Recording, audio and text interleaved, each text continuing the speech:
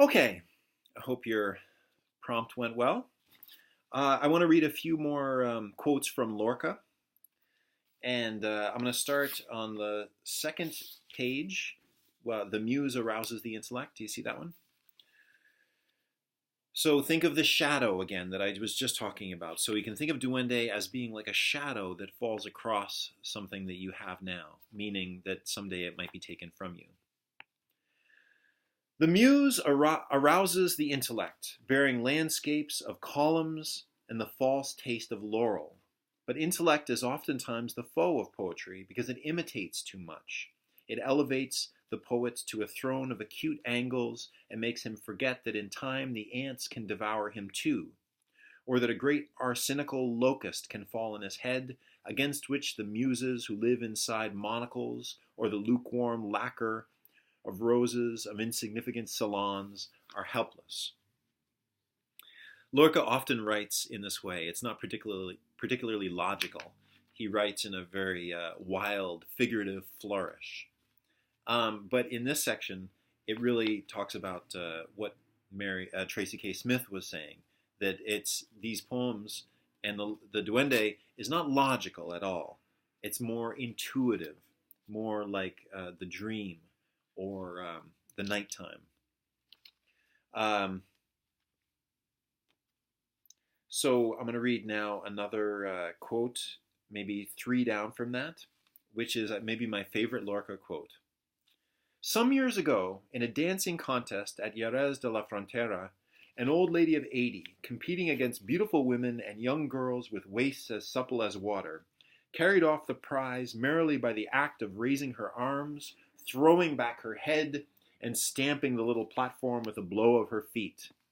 But in the conclave of muses and angels foregathered there, beauties of form and beauties of smile, the dying Duende triumphed as it had to, trailing the rusted knife blades of its wings along the ground.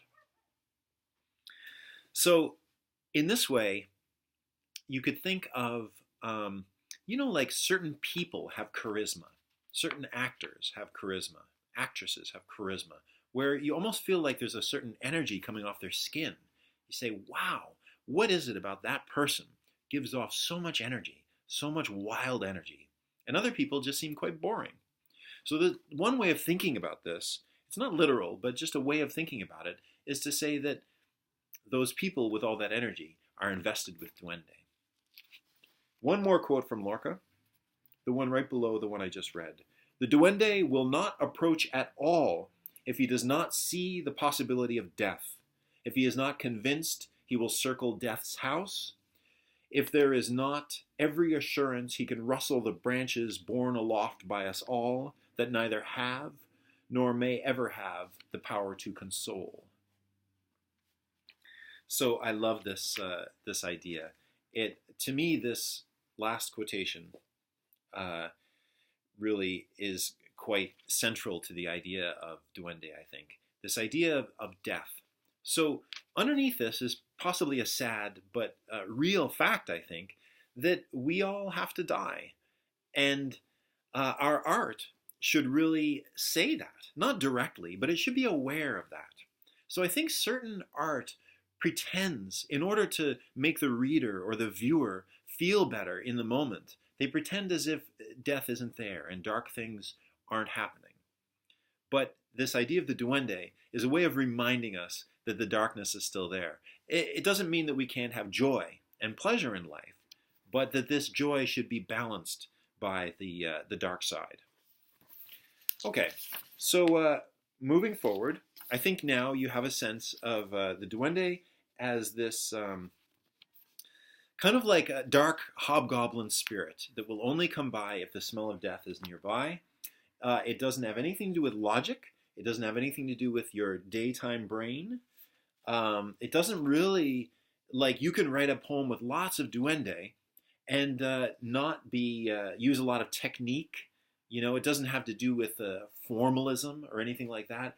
It's almost like raw spirit. So it's like it's like your raw animal spirit, fueled by a surrealist energy. Okay, So it doesn't have to do with aptitude. It doesn't have to do with intelligence or schooling or academia or form. It's almost like the raw lack of form. Now, this is not the only way to write poetry, but it's one lens that we can use to look at poetry and to approach poetry when we're writing it ourselves. Now, back to Lorca himself. I like the poem which I've included here is a wild poem called "City That Does Not Sleep," and I'm going to read through that one. It's quite surrealist, so you have to open yourself to not being overly logical, but just let it take you where it's going to take you. Okay? So, "City That Does Not Sleep." In the sky there is nobody asleep. Nobody, nobody, nobody is asleep. The creatures of the moon sniff and prowl about their cabins. The living iguanas will come and bite the men who do not dream. And the man who rushes out with his spirit broken will meet on the street corner the unbelievable alligator, quiet beneath a tender protest of the stars. Nobody is asleep on earth. Nobody, nobody, nobody is asleep.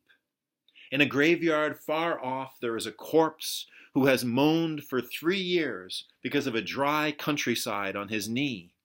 And that boy they buried this morning cried so much it was necessary to call out the dogs to keep him quiet. Life is not a dream.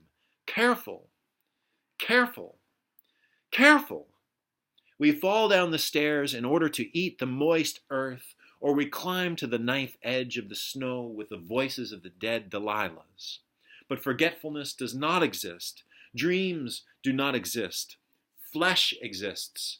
Kisses tie our mouths in a thicket of new veins, and whoever has his pains will feel that pain forever, and whoever is afraid of death will carry it on his shoulders.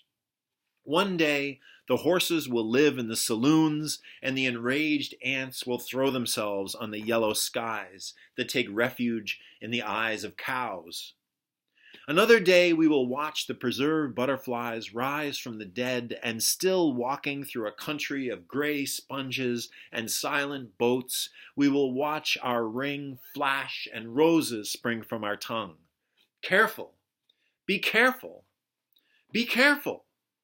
The men who still have marks of the claw and the thunderstorm, and that boy who cries because he has never heard of the invention of the bridge, or that dead man who possesses now only his head and a shoe.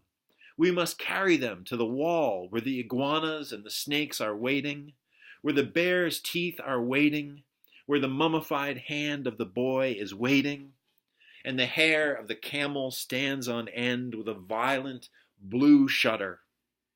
Nobody is sleeping in the sky. Nobody. Nobody. Nobody is sleeping. If someone does close his eyes, a whip, boys, a whip. Let there be a landscape of open eyes and bitter wounds on fire. No one is sleeping in this world. No one. No one. I have said it before. No one is sleeping. But if someone grows too much moss on his temples during the night, open the stage trapdoors so he can see in the moonlight the lying goblets and the poison and the skull of the theaters. Okay, can you see that he's using the language which I gave you before? The lying goblets, the poison, the skull, and the thunderstorm. He's using lots and lots of archetypes. So that's partly how he gets this ancient sounding language, and he can borrow from that darkness. And also, in terms of dream logic, the violent blue shudder. This is a synesthetic anomaly, isn't it? Like violent blue shudder. How is a shudder is like a shake, right? So how can it be? It can be violent, but how can it be blue? So he uses the unexpected word, which takes our brain in an interesting direction. Now, for your next prompt and your last prompt, I'm going to ask you to write a poem inspired by that Lorca poem about your city, Hong Kong. So he has been writing about the Brooklyn Bridge, This was called Night Song of the Brooklyn Bridge, because he was from Spain, but he visited New York when he was in his 20s. So to him, he was looking around. He said, "No one, there is no one asleep. Nobody, nobody." So can you write a poem about Hong Kong using the surrealist imagery, using the words I asked you before, the knife in the heart and the dagger and the poison, and write a song about Hong Kong with a bit of repetition in it and a little bit of music and a little bit of Duende? Okay? So do that, and I'll come back for a last little video.